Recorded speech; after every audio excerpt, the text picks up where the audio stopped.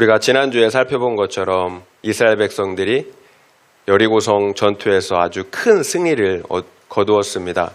그렇다면 이스라엘 백성들이 어떻게 여리고성 전투에서 큰 승리를 거둘 수 있었나요? 이스라엘 백성들이 한 것이 무엇입니까? 그들이 아주 뛰어난 전략을 세웠나요? 아니면 엄청난 무기, 엄청난 군사력으로 그 여리고성 사람들을 압도했나요? 단지 하나님의 말씀을 따라 여리고성을 돌았을 뿐이에요. 하나님의 말씀을 믿고 순종함으로 여리고성을 돌았을 때 그 여리고성이, 철옹성과 같은 여리고성이 갑자기 무너졌어요. 무엇을 알 수가 있었나요?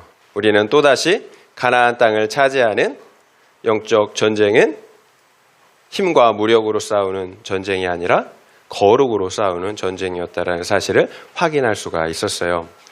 영적 전쟁은 우리가 싸우는 것이 아니라 하나님께서 싸우시는 것입니다. 그래서 영적 전쟁은 우리의 물리적인 힘과 우리의 어떤 그 무엇에 달려있지 않고 거룩에 달려있어요. 우리가 거룩할 때 하나님께서 싸우신다는 것입니다.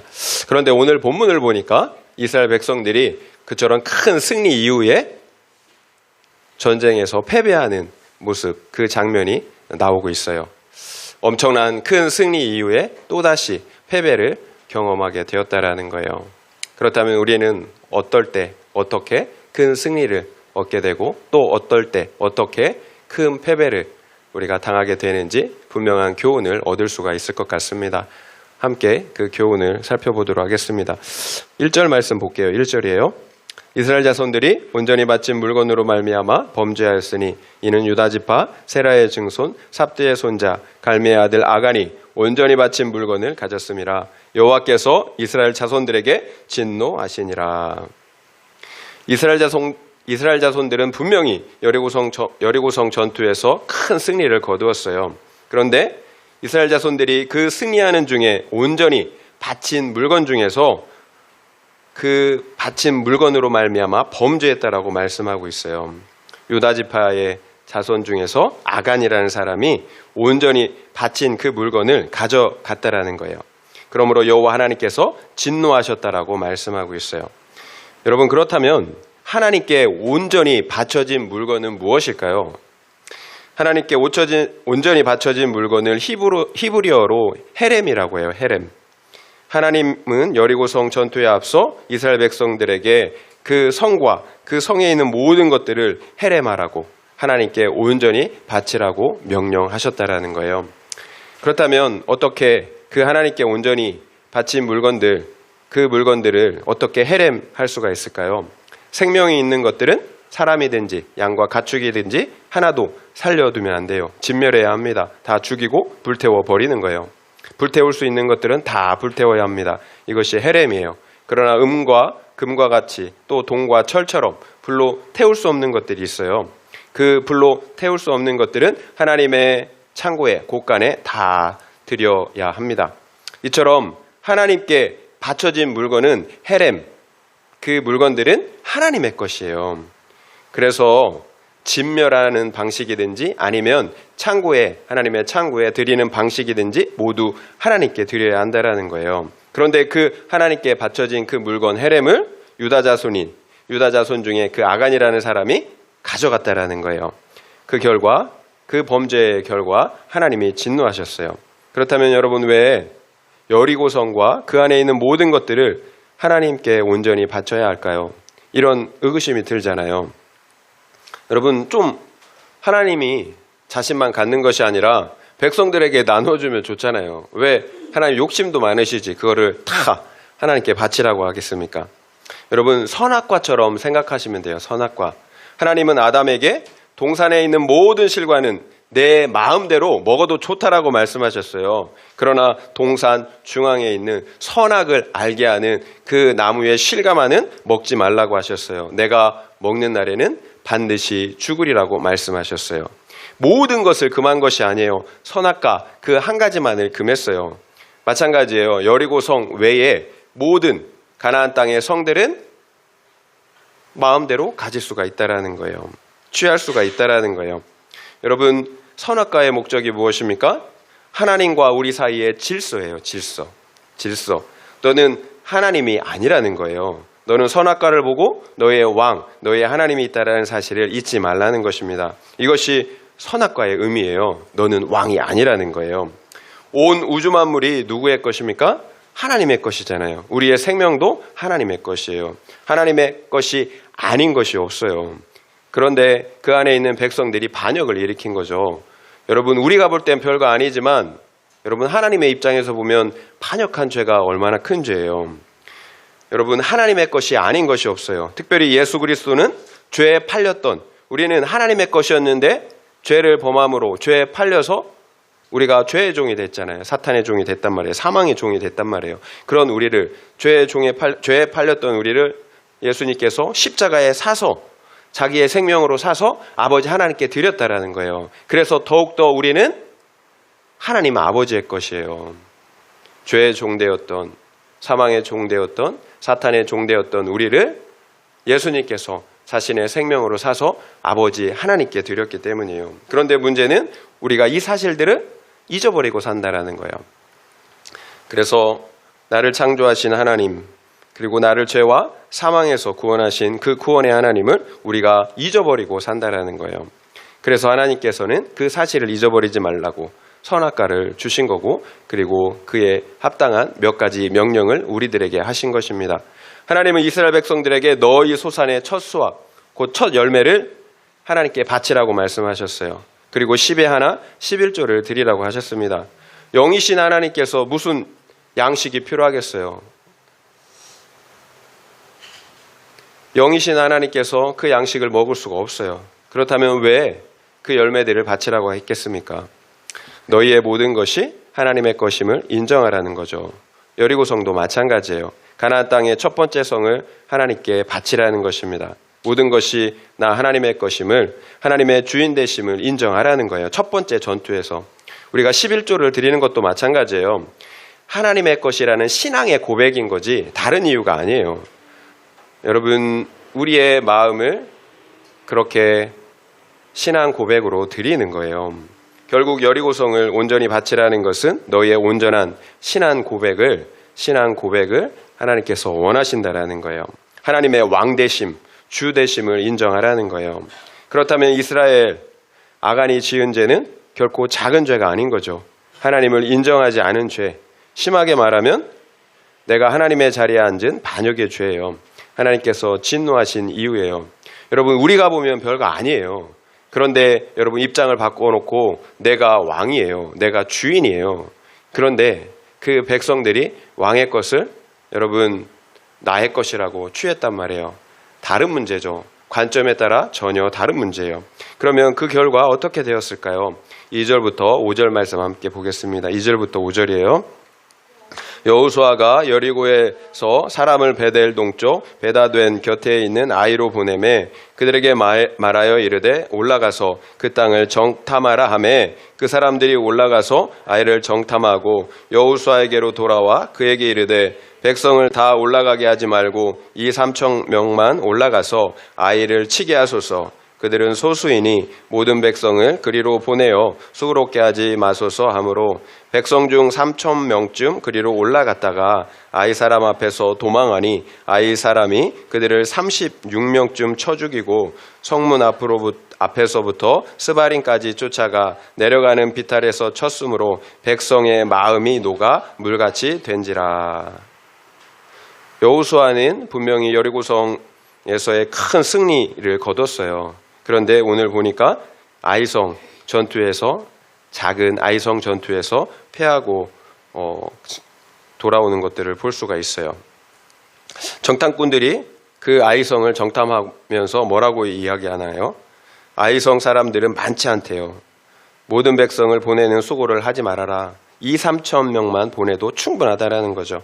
그러니까 여호수아가 어떻게 합니까? 정탐꾼들의 말만 듣고 이스라엘 백성 중에서 3천 명의 병사들만 보냅니다. 그러면 그 결과는 우리가 함께 읽은 것처럼 어떻게 되었나요? 아이 사람들이 이스라엘 백성을 쳐서 이겨요. 이스라엘 사람들이 36명쯤 죽임을 당하고 주랭랑을 쳐야 했습니다. 그러자 이스라엘 백성들이 마음이 녹아 물같이 되었다라고 하고 있어요. 두려워 떨었다라는 거죠. 왜 이렇게 된 걸까요? 아이성은 겨우 3,000명이면 칠 수 있는 그런 작은 성읍이에요. 훨씬 크고 견고했던 여리고성마저 무너뜨린 그 이스라엘이 이 작은 성조차 점령하지 못해서 여러분 패하고 도망가는 신세가 되었다라는 거예요. 그래서 여러분 앞서는 이스라엘 백성들의 모습을 보고 가나안 백성들이 마음이 녹아내렸어요. 그런데 이번에는 그 반대가 되었어요. 이스라엘 백성들이 물처럼 녹아내렸다라고 말씀하세요. 여러분 무엇이 달라졌나요? 여리고성 전투와 아이성 전투에 1절에서 말씀하신 것처럼 이스라엘이 범죄한 것, 이 한 가지가 달라졌어요. 특별히 하나님께 바쳐진 것을 아간이 가져갔어요. 다시 한번 앞서 말씀드린 것처럼 영적 전쟁은 칼과 활과 같은 힘이 아니라 오직 거룩으로 싸우는 전쟁임을 우리가 다시 한번 확인할 수가 있어요. 우리가 거룩하지 않으면 우리가 가진 어떤 힘과 능력, 어떤 좋은 전략도 방법도 심지어는 우리의 기도까지도 다 무용지물이라는 거예요. 사탄과의 싸움에서 패배할 수밖에 없어요. 죄와의 싸움에서 패배할 수밖에 없어요. 영혼 구원의 전쟁에서 패배할 수밖에 없어요. 그래서 우리의 마음이 두려워 녹는 것입니다. 다른 이유가 없어요. 우리가 거룩하지 않기 때문이에요. 그래서 사탄과의 영적인 전쟁에서 우리가 얻어 터지는 거예요. 여러분 미움과 다툼으로 우리가 얻어 터지잖아요. 혈기와 분노로 얻어 터지잖아요. 여러분 우리가 탐심으로 또 불안과 두려움으로 얻어 터진다라는 거예요. 여러분 우리가 기도한다고 열심을 낸다고 여러분 되지 않아요. 여러분 거룩해야 하는 거예요. 이것이 우리가 영적 전쟁에서 승리하는 유일한 비결이에요. 그런데 본문의 말씀을 보면 아간의 범죄 외에도 한 가지 중요한 실패의 이유를 발견할 수가 있어요. 아이성 전투를 보면 여호수아가 하나님께 묻지를 않아요. 하나님은 매번 중요한 순간순간마다 여호수아에게 어떻게 하라고 그 방법을 말씀해 주셨어요. 그러나 이번 아이성 전투에서는 여러분 여호수아가 하나님의 말씀 없이 독단적으로 전투를 수행하고 있는 것을 볼 수가 있다라는 거예요. 만약 여호수아가 하나님께 물어봤다면 하나님이 뭐라고 대답하셨을까요? 여러분 하나님께 물어봤다면 하나님은 분명 이스라엘의 죄를 지적하셨을 거예요. 그러면 이스라엘 백성들은 불필요한 패배, 불필요한 희생을 여러분 하지 않아도 되었다라는 거예요. 여러분 그렇다면 왜 여호수아가 하나님께 묻지 않았을까요? 여리고성 전투에서는 매일 말씀을 보며 기도하며 준비했단 말이에요. 여러분 우리가 여리고성과 같은 큰 전투, 내 힘으로 어찌할 수 없는 그 일에는 우리가 얼마나 겸손한지 몰라요. 그래서 매일 말씀 보면서 기도하며 하나님의 도우심과 은혜를 간구해요. 그런데 그 큰 전투에서 승리하면 우리가 어떻게 되나요? 여러분 바로 교만해지더라고요. 내가 그 큰 일도 했는데 이 정도쯤이야 라고 생각하게 된다라는 거예요. 이제 아이성 전투에서는 말씀 보며 기도하며 준비할 필요가 없는 거예요. 그냥 이까짓 거 내 힘으로 하면 되지 이런 생각을 한다라는 거예요. 결국 자기의 분수를 잊어버린 거예요. 이것이 우리가 큰 성공 이후에 실패하는 이유 중에 하나예요. 교만해지기 때문이에요. 여러분 여리고성을 무너뜨렸는데 이스라엘 백성들이 한 것이 무엇이 있나요? 없잖아요. 다 하나님이 하셨잖아요. 그런데 내가 내 힘으로 한 줄 안다라는 거예요. 이것이 그렇게 크게 쓰임을 받은 목회자들이나 또는 성도님들이 어느 날 갑자기 한 방에 넘어지는 이유예요. 여러분 재정의 문제로 한 방에 넘어지잖아요. 또 음행의 문제로 또 한 방에 넘어지잖아요. 우리가 많이 본단 말이에요. 하나님이 하신 일들을 자기가 한 것으로 착각하기 때문이에요. 그래서 더 이상 하나님을 의지하지 않는 거예요. 말씀 보기를, 기도하기를 게을리 하는 것입니다. 그래서 나를 의지하고 또한 내가 가진 재물, 그 능력, 그 환경들을 의지한다라는 거예요. 여러분 그래도 굴러가잖아요. 굴러간단 말이에요. 그렇게 가는 거예요. 그러니까 우리가 그 큰 일들은 척척 잘 해내는데 정말 작은 일에서 여러분 우리 관계에서 부모 자식 간의 문제, 배우자 간의 관계, 그 작은 일에는 늘상 패배하고 무너진다라는 거예요. 여러분 우리가 방심하기 때문에, 교만하기 때문에 그런 거예요. 우리가 분수를 그래서 알아야 합니다. 여러분 어떤 일에도 여러분 하나님의 은혜가 아니면 하나님의 돌보심이 아니면 우리는 승리할 수가 없어요. 그래서 반드시 모든 일에 하나님께 묻고 그리고 하나님의 인도하심을 받아야 되는 거예요. 다른 방법이 없어요. 우리가 매사에 여러분 우리가 여리고성처럼 해야 되는 거예요. 매사에 말씀을 보며 기도하셔야 합니다.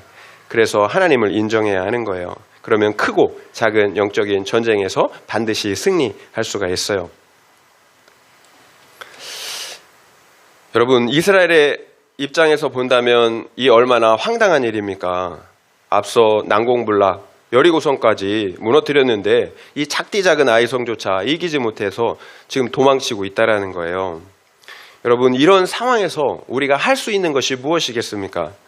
여러분 우리가 이런 상황에서 상황을 분석하는 것이 유익할까요? 그래서 누가 잘못했는지 옳고 그름을 따지는 것이 유익할까요? 그래서 남 탓을 외치는 것이 유익할까요? 이것이 우리의 본능이에요. 남 탓, 어떤 문제가 생기면 분석을 해요. 그래서 네 탓이다 라는 것을 외친다라는 거예요. 우리는 먼저 정탐꾼들을 탓할 수가 있을 거예요. 정탐꾼들이 제대로 정탐만 했어도 3,000명이 아니라 3만 명만 보냈어도 승리했을 텐데, 그리고 우리는 그처럼 정탐꾼들을 우리가 판단할 수가 있어요.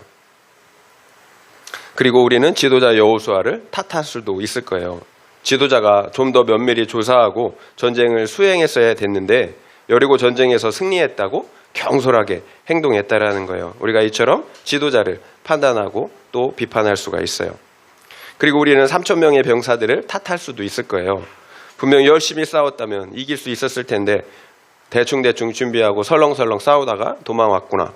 이렇게 우리가 남 탓을 할 수가 있다라는 거예요.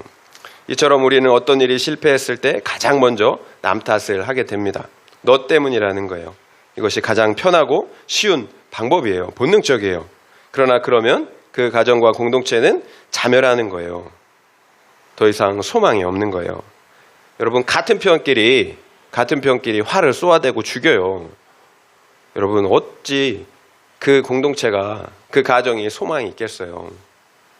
여러분 사탄이 웃는다니까요.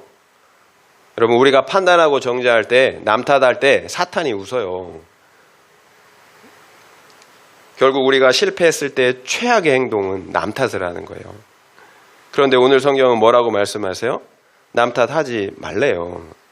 지금 내가 너희 가정이 너희 공동체가 그렇게 된 것은 해결되지 않은 너의 죄 때문이라고 말씀하고 계신다라는 거예요. 결국 우리가 사탄과의 영적 전쟁에서 계속해서 패하고 도망 다니는 이유는, 그래서 우리의 마음이 물처럼 녹아내리는 이유는 내가 거룩하지 않기 때문이에요. 내 안에 해결되지 않은 죄 때문이라는 거예요. 여러분 내 안에 해결되지 않은 죄 때문에 힘든 거예요. 여러분 환경의 문제, 상대방의 문제가 아니에요. 여러분 이렇게 생각하시면 돼요. 왜 정탐꾼들이 제대로 정탐을 하지 않았을까요? 왜 지도자가 하나님께 묻고 신중하게 행동하지 않았을까요? 왜 또 3,000명의 군사들이 힘을 다해 싸우지 않았을까요? 해결되지 않은 나의 죄 때문이에요. 그래서 하나님께서 그들로 그처럼 잘못 행동하게 하신 거예요. 하나님이 미리 그렇게 하지 못하도록 하실 수 있잖아요. 내버려 두신 거예요. 그러니까 우리의 부모와 배우자, 자녀가 혈기를 부리면서 못되게 구는 이유는 해결되지 않은 내 죄 때문이라는 거예요.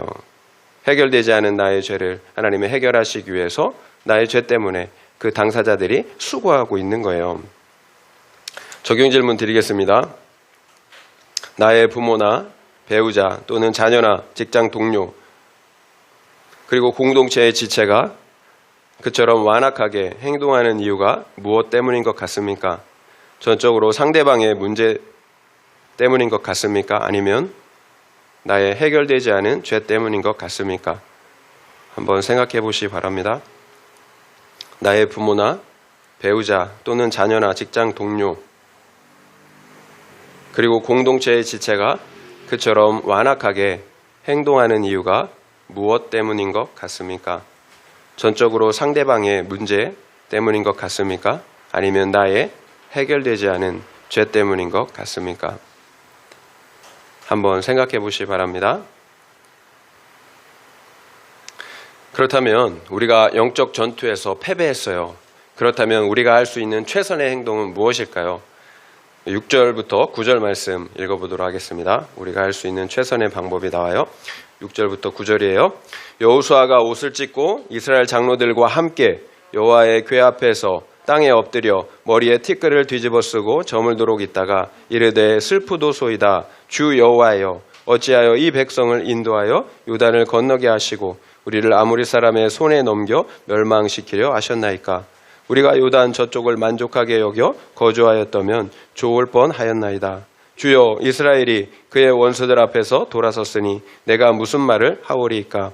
가나안 사람과 이 땅의 모든 사람들이 듣고 우리를 둘러싸고 우리 이름을 세상에서 끊으리니 주의 크신 이름을 위하여 어떻게 하시려 하나이까 하니.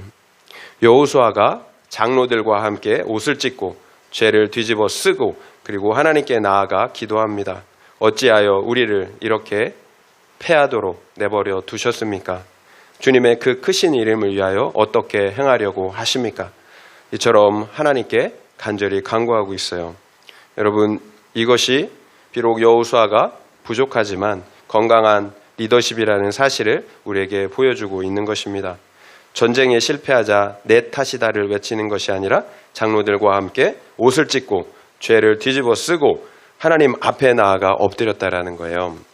여러분, 죄인인 우리가 부족한 우리가 실패하는 것은 당연한 것입니다. 어떻게 100% 승리만 하겠어요? 문제는 그 패배했을 때의 태도예요. 실패를 통해서 우리가 배워야 한다라는 거예요. 그래서 그 실패를 통해서 더 큰 승리를 하면 되는 거예요. 여러분, 우리가 실패했을 때 우리의 태도가 중요해요. 하나님 앞에 나아가는 것, 사람과 따지는 게 아니에요. 억울해도 하나님 앞에 가지고 나가세요. 여러분, 우리의 문제가 해결될 수 있는 방법, 그래서 또다시 앞선 또 다른 전투에서 승리할 수 있는 방법은, 이 전투에서 승리할 수 있는 방법은 하나님께 그 문제를 가지고 나아가는 거예요. 내 애통하는 마음을 가지고 나아가는 거예요. 여러분, 사람과 싸워서는, 백날 싸워서는 여러분 해결이 안 돼요. 유일한 방법은 하나님께 나의 문제를 가지고 나가는 것입니다. 나의 애통한 심령을 가지고 하나님 앞에 나아가는 거예요. 여러분, 내 탓이다를 외치는 것은 최악이에요. 그리고 동시에 내 탓이다, 자기 자신을 자책하는 것도 큰 문제예요. 그러면 계속해서 자기 연민 가운데, 실패 가운데 머물러 있어야 하는 거예요. 계속해서 사탄의 공격 대상, 밥이 되는 거예요. 비록 넘어졌을지라도 눈을 들어서 여러분 하나님을 바라봐야 돼요. 넘어졌어도 괜찮아요. 여러분, 아무리 많이 넘어졌어도 여러분 일어나면 돼요. 눈을 들어서 하나님을 바라보시면 됩니다. 여러분, 하나님께 나아가 기도하면 돼요. 우리의 소망은 언제나 하나님께 있어요. 하나님은 궁핍한 자, 궁핍한 자, 가난한 자의 그 간구를 멸시하지 않으세요. 항상 원하시고 기뻐하세요. 여러분, 하나님께 소망을 두세요. 그러면 살아요. 사탄은 이것을 가장 싫어해요. 여러분, 우리가 실패해도 괜찮아요. 하나님께 나아가면 성공할 수가 있어요. 여러분, 전쟁과 전투의 개념을 아시나요? 한 전쟁에는 수많은 전투들이 있어요. 수많은 전투의 결과 그 전쟁의 승패가 결정이 되는 거예요. 그러니까 작은 전투에서는 패배하더라도 최종 그 전쟁에서는 승리할 수가 있어요. 반대로 작은 전투에서는 승리하더라도 최종 전쟁에서는 패배할 수가 있다는 거예요. 과거 2차 세계대전에서 미국과 일본 간의 전쟁이 있었어요. 누가 이겼나요? 미국이 이겼잖아요. 결국 전쟁에서 미국이 승리한 것입니다. 그렇다고 미국이 그 전쟁에 있었던 모든 전투에서 승리했던 것은 아니에요. 오히려 많은 전투에서 미국은 일본에게 패배했어요. 진주만 습격이 그 대표적인 예예요. 미국은 일본으로부터 그 진주만 그 습격, 일격을 당해서 정말로 심각한 타격을 입었어요. 그러나 최종 전쟁에서는 미국이 승리했잖아요. 히로시마에서 핵 투하, 그 한 방으로 일본이 항복하고 말았어요. 우리의 영적 전쟁도 마찬가지예요. 수많은 전투들이 있어요.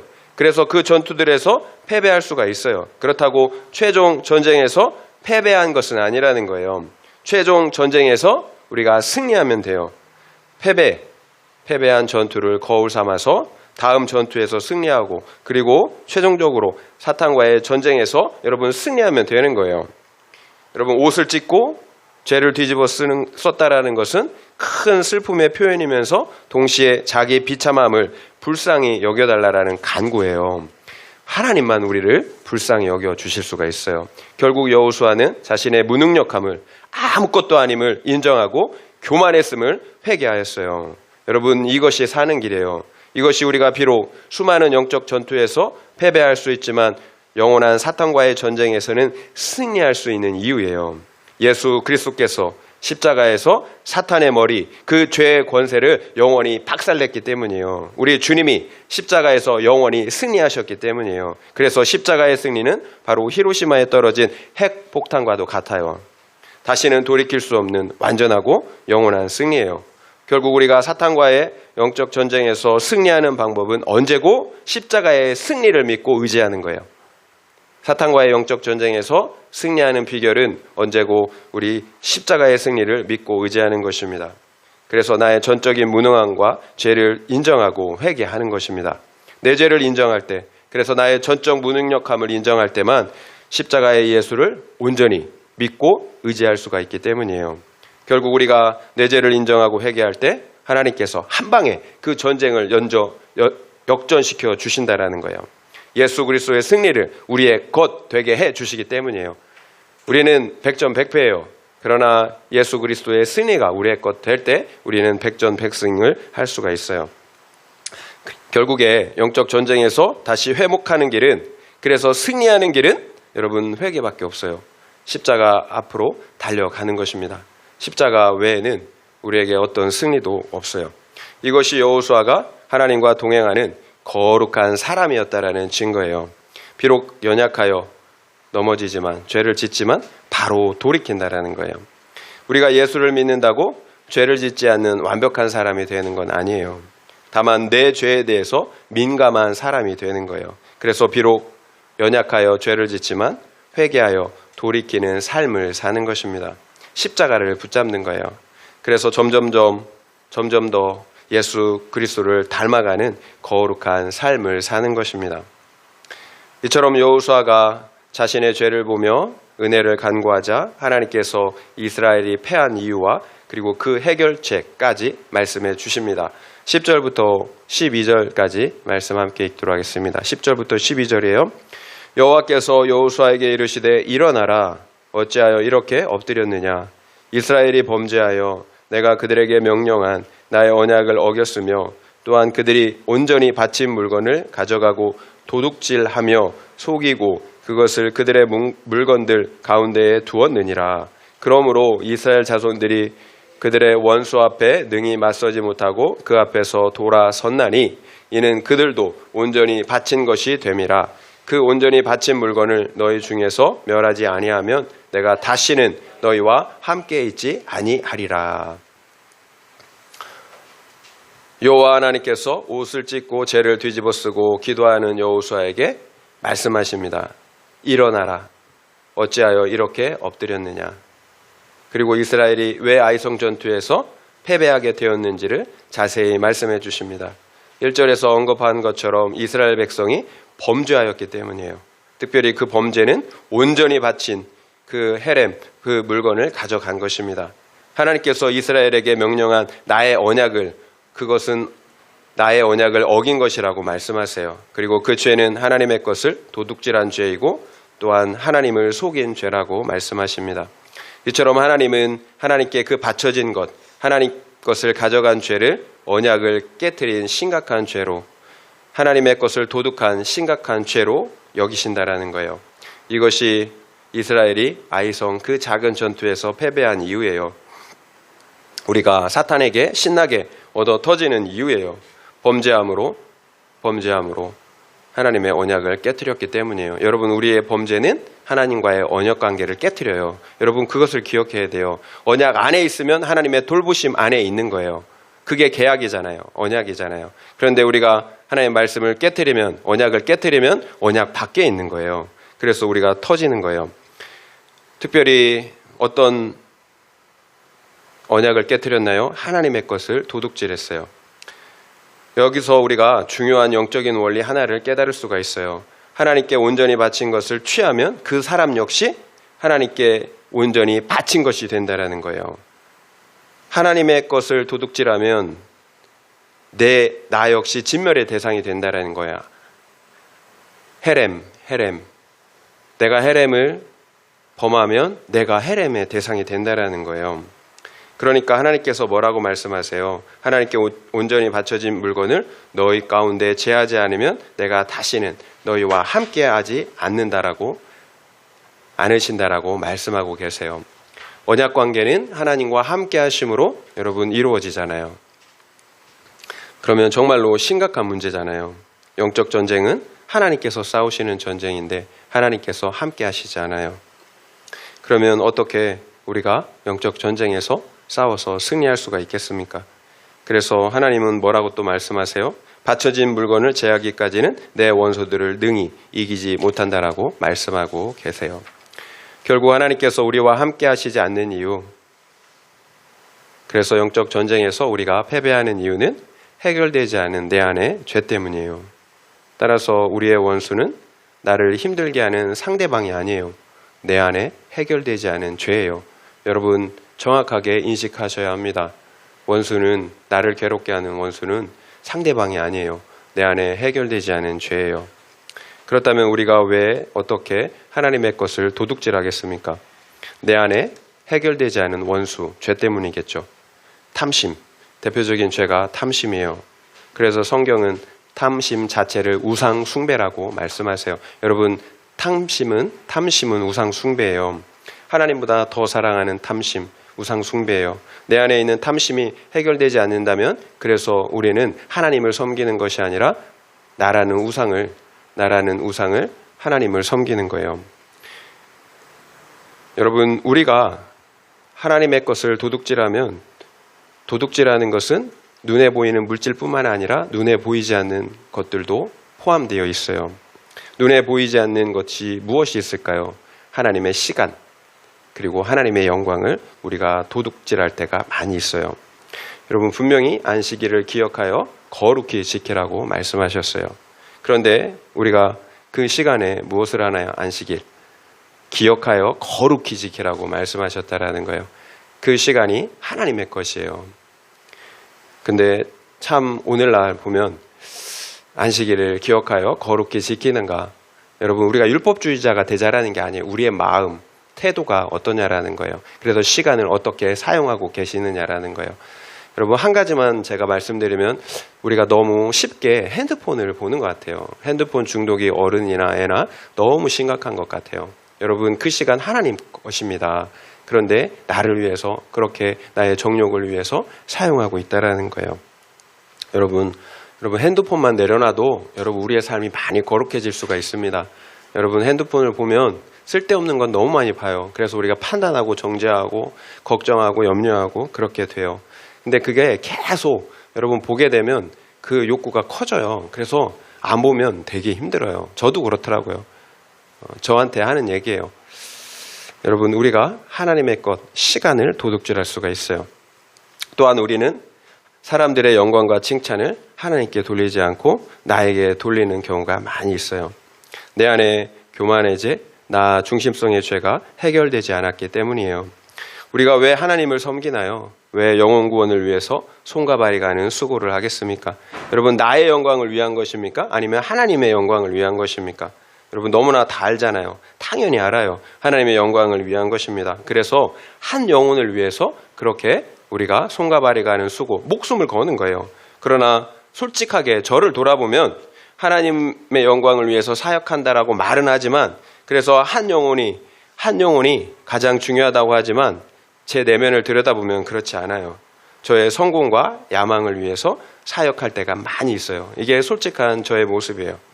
그래서 사역을 하면서 외적인 성취나 칭찬이 있으면 교만해져요. 또 내 뜻대로 되지 않으면, 사역이 잘 되지 않으면 낭망하고 그리고 열등감을 느끼게 돼요. 그래서 제 설교 유튜브 동영상을 사람들이 얼마 안 보거든요. 그러면 다른 목사님들 그 조회수랑 이렇게 비교하면서 열등감을 느껴요. 제가 나 이거밖에 안 되는구나. 솔직하게 그게 내 모습이에요.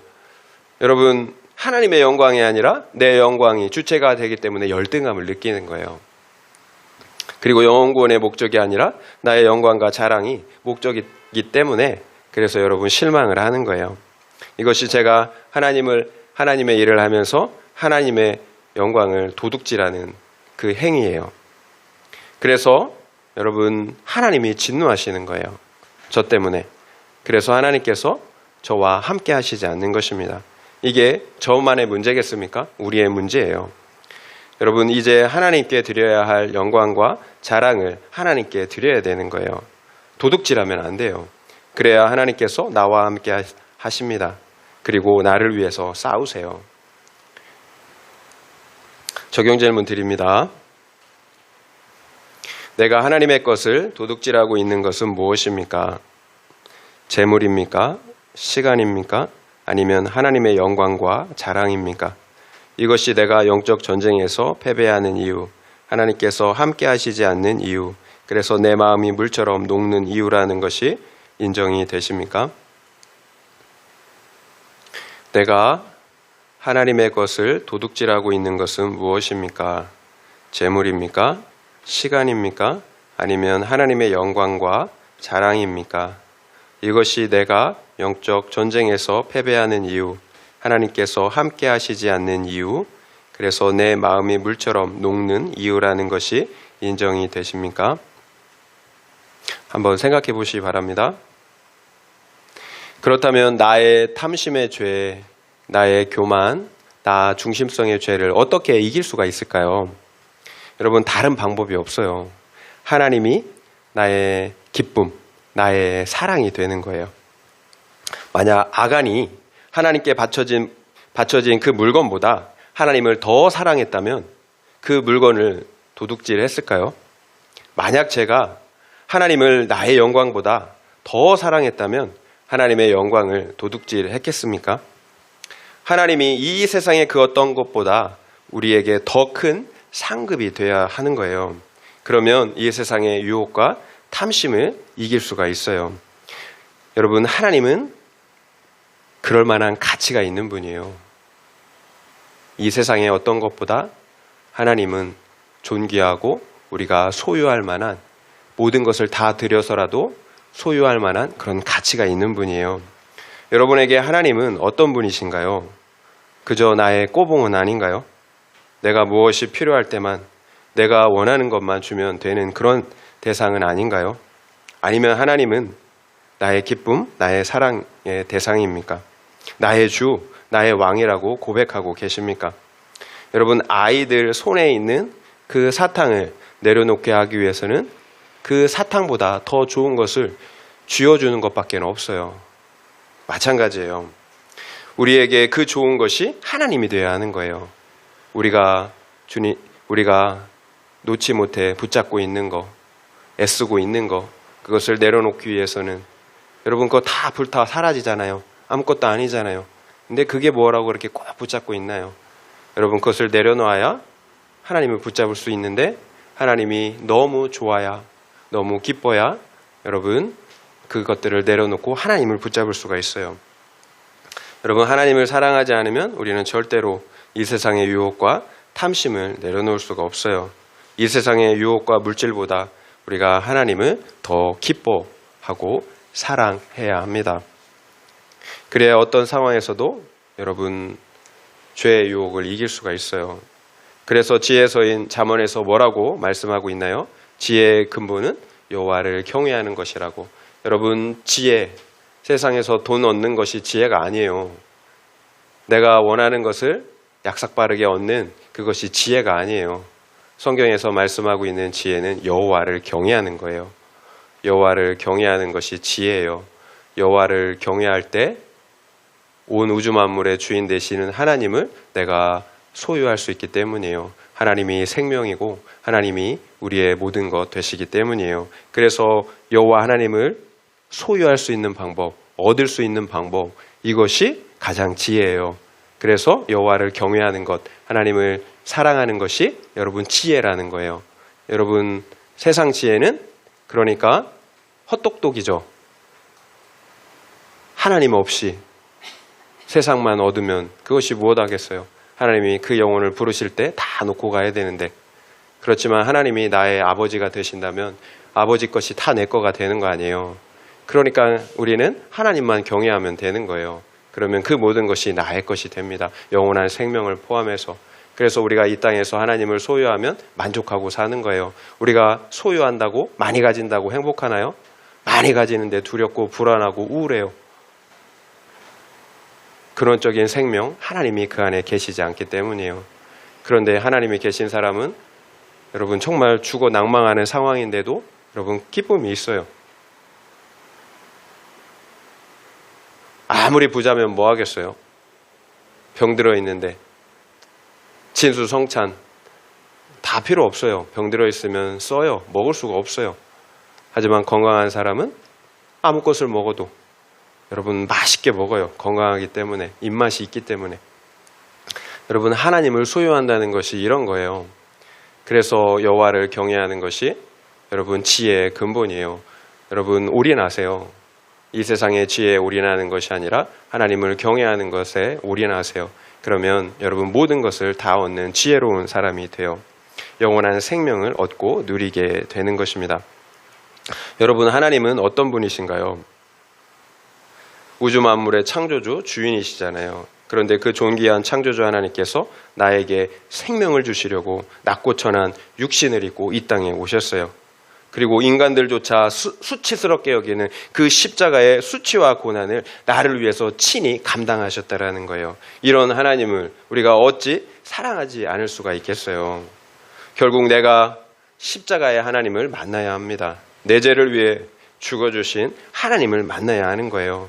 그래서 그 속죄의 은혜, 구원의 은혜를 머리로만 아는 것이 아니라 내 영혼이 믿고 누려야 합니다.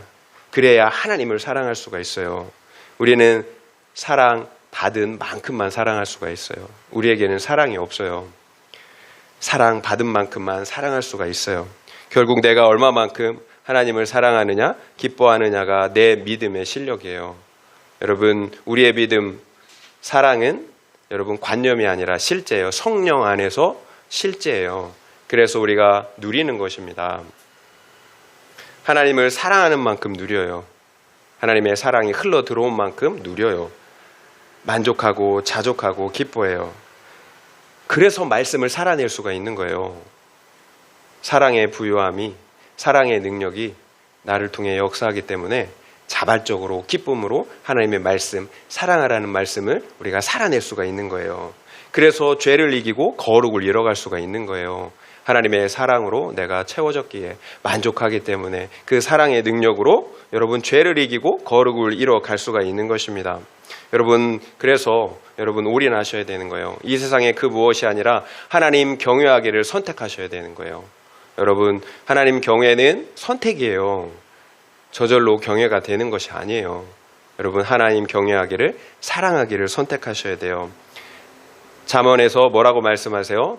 나를 사랑하는 자가 나의 사랑을 입을 것이고 나를 간절히 찾는 자가 나를 만날 것이라고 말씀하세요. 하나님은 인격이세요. 하나님이 우리를 사랑하셔서 우리를 만나시기 위해서 육을 입고 이 땅에 오시고 십자가를 지시고 또 성령으로 우리와 함께 하시는 것처럼 그러게 자기 수고, 자기 헌신을 우리를 사랑해서 우리를 만나기 위해서 그렇게 수고하고 헌신한 것처럼 우리 역시 하나님을 사랑해야 된다는 거예요.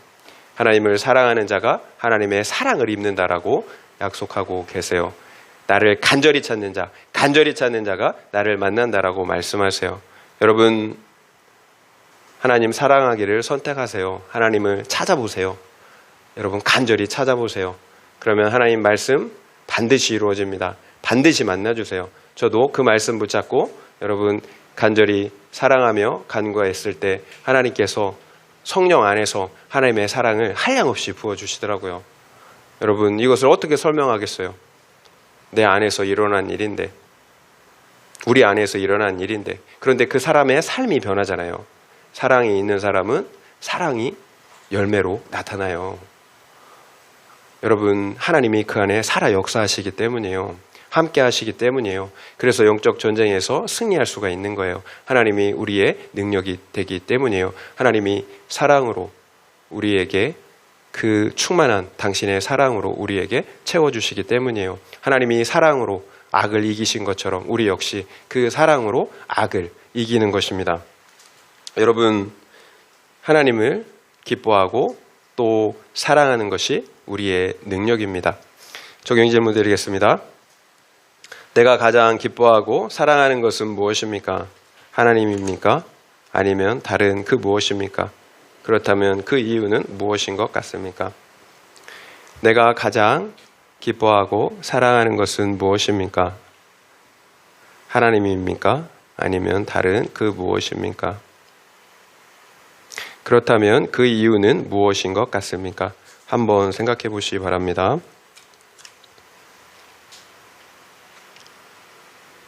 말씀을 마무리하겠습니다. 난공불락의 그 철옹성과 같은 여리고성을 무너뜨린 이스라엘이 겨우 작은 성, 아이성을 이기지 못해 패배하고 실패하고 말았어요. 그 이유가 무엇이었나요? 이스라엘이 범죄하였기 때문이에요. 다른 이유가 없었어요. 하나님께 온전히 바쳐진 그 물건을 가져가 숨겼기 때문입니다. 이것이 이스라엘이 큰 성공 이후에 실패한 이유였어요. 하나님의 것을 도둑질했기 때문이에요.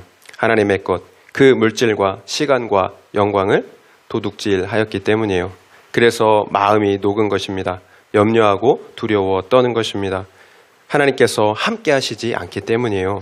우리가 언약 안에 있지 않기 때문입니다. 우리가 범죄하면 언약 밖에 있습니다.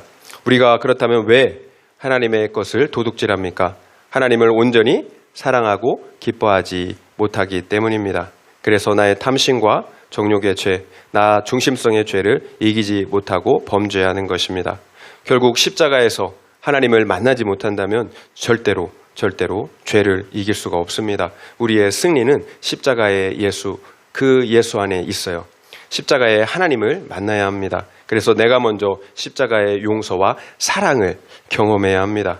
그래야 하나님을 사랑할 수가 있어요. 그래야 또 나 중심성의 죄와 탐심을 해결할 수가 있습니다. 결국 하나님을 사랑하고 기뻐하는 것이 말씀드린 것처럼 우리의 힘과 능력이에요. 여러분, 하나님을 기뻐하는 것이 우리의 힘과 능력입니다. 하나님을 기뻐하고 사랑하는 우리 모두가 되시길, 그래서 죄를 이기고 영적 전쟁에서 승리하는 우리 모두가 되시기를 예수님의 이름으로 축원드립니다.